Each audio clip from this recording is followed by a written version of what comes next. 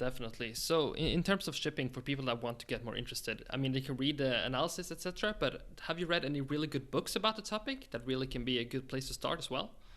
Yeah, I think it depends on how deep you want to get. There's a really fun book that you can start with. It's called Box. And it's the story of container ship trades. And you can buy that, I think it's on Amazon for like $7 or $8 or something. And it's the story of how container ship trade and the whole business was basically invented. It was like a US truck driver. I think it was Martin McLean. I hope I didn't butcher that. Back in like the 1950s, the dude started like bought a bunch of old ships and like welded some like metal like brackets on them and stuck some containers on there. And he invented the containerized trade. And now we talk, containerized trade. A vessel holds anywhere from like 5,000 to 24,000 of these boxes. I think the first the first ship this guy made held 24 boxes or something. So, but just a really fun read, and it was really cool. Because I'm an American citizen, and let's be honest, the Americans have lost all their edge in shipping innovation. Like I just have to, I mean, Korea, Japan, China, parts of Europe are so much more, into the shipping technology than we are today. And so it's really cool to kind of read that story and see kind of it actually came from, the United States, from a truck driver, and sort of a national pride kind of. It was kind of cool. The other book that's fun to read, there's actually like three of them. I don't want to mess this up. I think it's called The Shipping Man. It's written by Matt McCleary, the guy that does Marine Money in those conferences. And that's just a really fun, you're not going to learn anything about investing from it, but you'll learn a little bit about the culture of shipping. You'll learn a little bit. So those are two very fun books. You could read each one of them in like a week. Though if you want to go really technical, so both books, it's two really Mm. fun books and then one super technical book is Martin Stofford, Maritime Economics. And I have to see if it's on my desk. Not next to me, but it's actually behind me in the bookshelf over there. So Martin Stofford's Maritime Economics is something I keep on hand. I studied it extensively back in like 2012, 2013 before I started getting more into this business. I mean, that's a great recommendations. There's a lot of people listening that are fairly young that would like to have an analysis role. Do you have any advice if you're starting out as analyzing an industry, and like how much you have to work to really understand it? What are some of the habits you need to develop in order to become really good at that? Yeah, I think the first thing you can really do is, I mean, to say like be cliche, but like stay in school, do well at your basic financial education, right? I'm not saying you have to have a college degree or anything like that, but you do have to understand financial accounting, managerial accounting, corporate finance, how those things work. Maybe sign up for something like the CFA. Take a level one. I don't think you need to be at like a full up, CFA.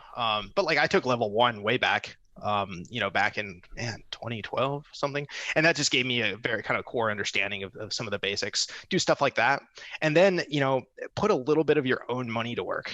I hate how the analysts. I mean, I understand why for like conflicts of interest and stuff, but like none of the analysts, the official analysts, own anything. Like none of them have any stakes in the game. So, and you're not going to learn as much if you don't have money in the game. If you don't know what it feels like to win, if you don't know what it feels like to lose, if you don't know what it feels like to get screwed over by a bad management team, like you're not going to learn those lessons that you have to learn in life. So I guess my advice would be kind of get the formalized education, learn some of the credentials, and then start investing a little bit yourself. Then you can reach out and do an internship at if you're in Europe, maybe it's like Fernley's or Clarkson's or DNB or something. United States, we Jeffries, trying to think of somebody. We've lost a lot of our shipping banks in the United States, but Jeffries is a big one. Stifel's another one. I think Evercore. So there's a few places where you could get internships. Maybe not the world's best advice, but Oh. that's kind of how I'd structure it. Do you prefer that sort of skin in the game in the management as well in the shipping companies? Do you also follow that and feels it's important that they have real skin in the game, the management as well, when you go into the stocks? Absolutely. Like I don't want to pay a guy, more because he owns more ships. Or if my CEO doubles his fleet, I'm not super stoked about doubling his base pay, right? Like I believe you have to have enough base pay to attract good talent. And I think in the United States, it's probably higher than I'd like to see. I think some of the companies like, and I love the management team like at Seaways, but they're the pay is pretty high over there. Um, but I think you have to have base pay high enough to attract good talent. And then you have to have very aligned, incentivized warrants and options and so on. And some companies do it better than others. I would say some of the European firms, they don't give out as many options and warrants as I would like. I think I'd actually like to see the execs paid more. I think some of I think the execs, the base pay is fine. I think it's fair, but I think I would actually like to see them incentivize more. I think a lot of the European peers, they're not paid enough, to be honest with you. In terms of the United States peers, some companies do it better than others. Some companies have very, very professional, detailed pay packages. I mentioned Seaways is one of them, very, very detailed pay package. Euronav is not an American company, but they're very detailed, very corporate governance, very strong.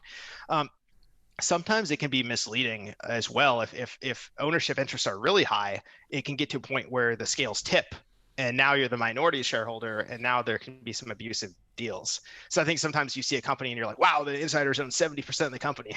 It's like, yeah, that's not quite as good as you might think it is. I think something like 10% would be a lot better. Definitely makes sense. So, what are the goals going forward? Is it to continuously beat the average, or do you have other goals in the team going forward?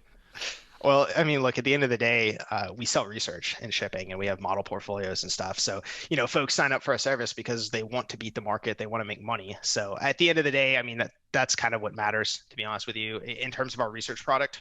But in terms of me personally, I enjoy this, day in, day out. I love talking about the markets. I like analyzing stocks. I like when you have good trades. There's like an intrinsic enjoyment to that factor. It is tough when you have a year like 2020 last year. Last summer, the first half of last year was rough. We actually ended the year down 6.8% on our models, and the shipping industry average was like 35% down. So we like destroyed the average in shipping, but we still lost 6.8%. And that was kind of disappointing, right? To have a negative year, to lose 6.8%.